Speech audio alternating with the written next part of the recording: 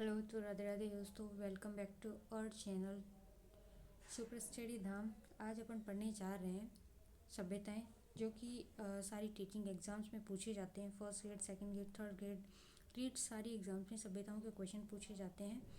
तो आज हम क्योंकि एग्ज़ाम अब बहुत ज़्यादा नज़दीक है, तो एमसीक्यूज़ में ही लगभग सारे क्वेश्चन अपन कवर कर लेंगे, मोस्ट जो भी हैं। तो 4 क्लासें इसकी होंगी, 25-25 क्वेश्चन से ज़्यादा बड़ी नहीं होंगी। 10-10 मिनट की भी क्लास नहीं होंगी मुश्किल से, और उसमें अपनी सभ्यताएं पूरी हो जाएंगी। आगे भी फिर अपन हिस्ट्री कल्चर ऐसे ही करेंगे, ठीक है। ज्योग्राफी की क्लास उधर थ्योरी वाइज चल रही है, तो वो उधर चलते रहने देंगे। इधर अपन देखते हैं। देखो, तो शुरू करते हैं फटाफट से।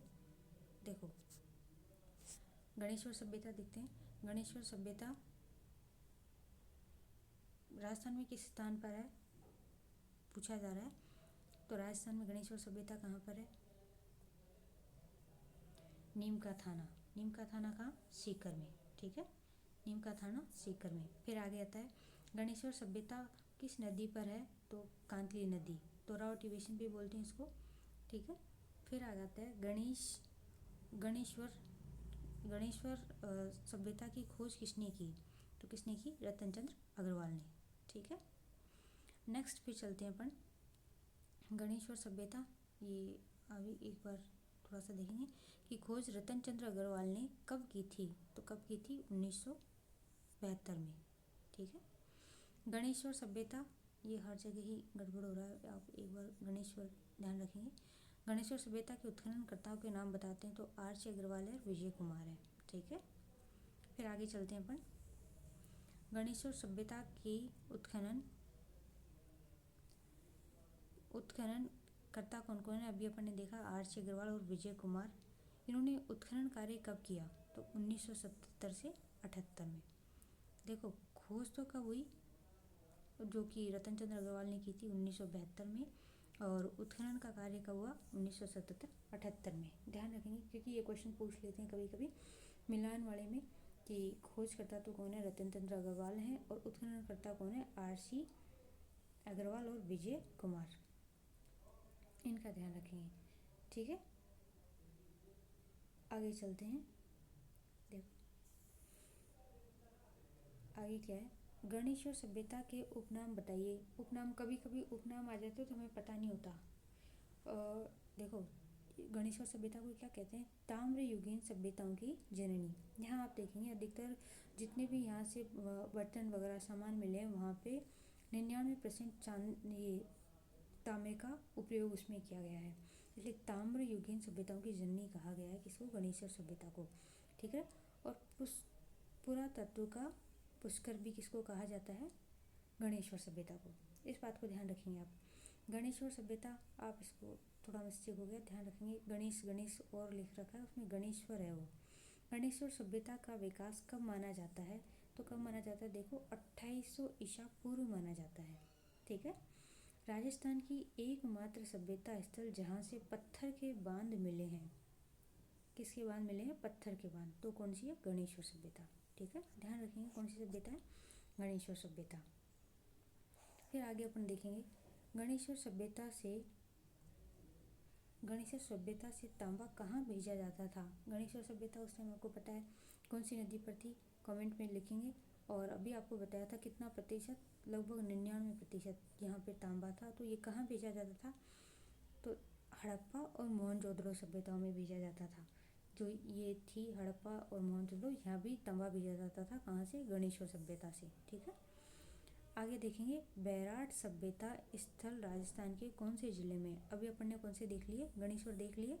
अब अपन कौन सा देखने जा रहे हैं? बैराट सभ्यता। बैराट सभ्यता पहले कहाँ आती थी? कहाँ आती थी? जयपुर। अभी कहाँ है? कोटपुतली, भैरोड, ठीक है। बैराट सभ्यता का खोजकर्ता कौन है? अभी अपन ने गणेश्वर सभ्यता का भी खोजकर्ता उत्खननकर्ता देखा है, कब किया है, कब उत्खनन किया है वो भी देखा है। तो यहाँ भी देखते हैं। देखो, बैराट सभ्यता के खोजकर्ता तो कौन है? राय बहादुर दयाराम साहनी। राय बहादुर दयाराम साहनी, ठीक है। राय बहादुर दयाराम साहनी ने बैराट सभ्यता की खोज का कार्य कब किया? देखें तो 1937 में, ठीक है। कब किया है? 1937 में। आगे अपन देखते हैं। देखो, बैराट सभ्यता के उत्खननकर्ता कौन है। अभी अपन ने उत्खनन खोजकर्ता देखे थे, कब खोज हुई ये भी देख लिया है। अब उत्खननकर्ता देखते हैं तो कौन कौन है। नील रत्न बनर्जी, कैलाश नाथ दीक्षित। ठीक है। कभी कभी क्वेश्चन ऐसा आता है कि बेराट सभ्यता से रिलेटेड मतलब उससे संबंधित आदमी कौन है, और फिर दूसरा ऑप्शन दे मतलब दूसरी सभ्यता से संबंधित दे देते हैं और फिर वहाँ कोई ना कोई मिस्टेक या कुछ ऐसा कर देते हैं, फिर गड़बड़ हो जाता है। तो अलग अलग ध्यान रखेंगे। तो कैलाश नाथ दीक्षित, नील रत्न बनर्जी, विराट सभ्यता की खोज, ये विराट नहीं बैराट है। ठीक है।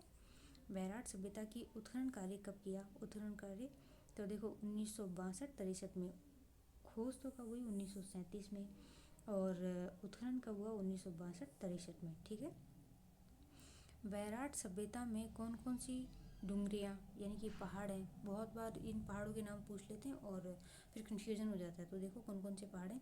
बीजक पहाड़ी, भूमली की डुंगरी, महादेव की पहाड़ी, हनुमान डुंगरी, गणेश डुंगरी, भीम डुंगरी आदि, ये कौन सी सभ्यता में मिले हैं, यानी कि बैराट सभ्यता के यहाँ पर ये हैं। ठीक है, ध्यान रखेंगे आप। नेक्स्ट अपन चलते हैं फिर।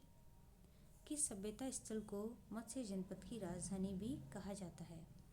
मत्स्य यानी कि महाभारत कालीन मत्स्य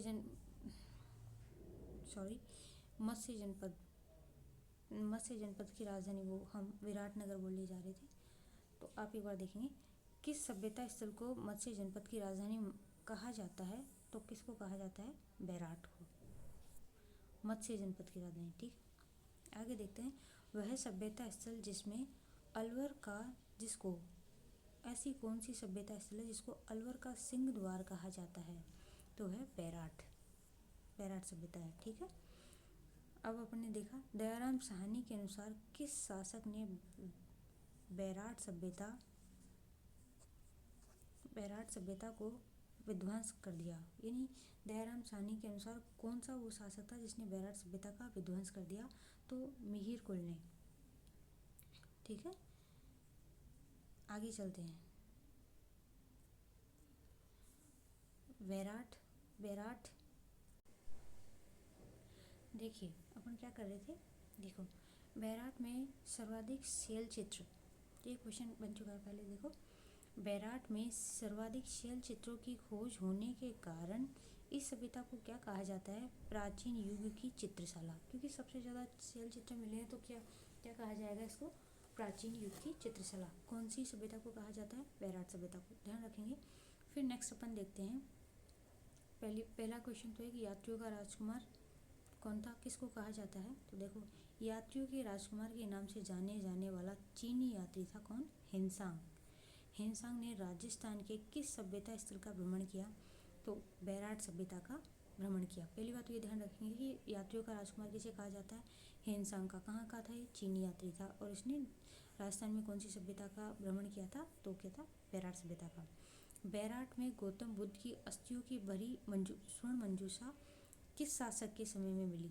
देखो क्वेश्चन में ही हमने एक फैक्ट दे दिया है कि गौतम बुद्ध की अस्थियों से भरी स्वर्ण मंजूषा भी मिली है, और कौन सी सभ्यता में मिली है, तो एक क्वेश्चन तो बन जाता है बैराट में। फिर आता है कौन से राजा के समय मिली है, तो ये आता है सवाई राम सिंह के समय। ठीक है, कौन से के समय, सवाई राम सिंह के समय। बैराट की डुंगरी से प्राप्त भाबरू शिलालेख की खोज किसने की थी, तो ये खोज की थी कैप्टन बर्ट ने। कब की, 1937 में। ठीक है, कब की, 1937 में।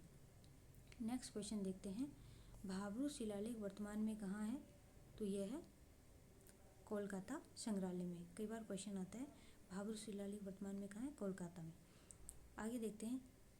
चांदी की 8 पंचमार्क मुद्राएं कौन सी सभ्यता से मिली हैं।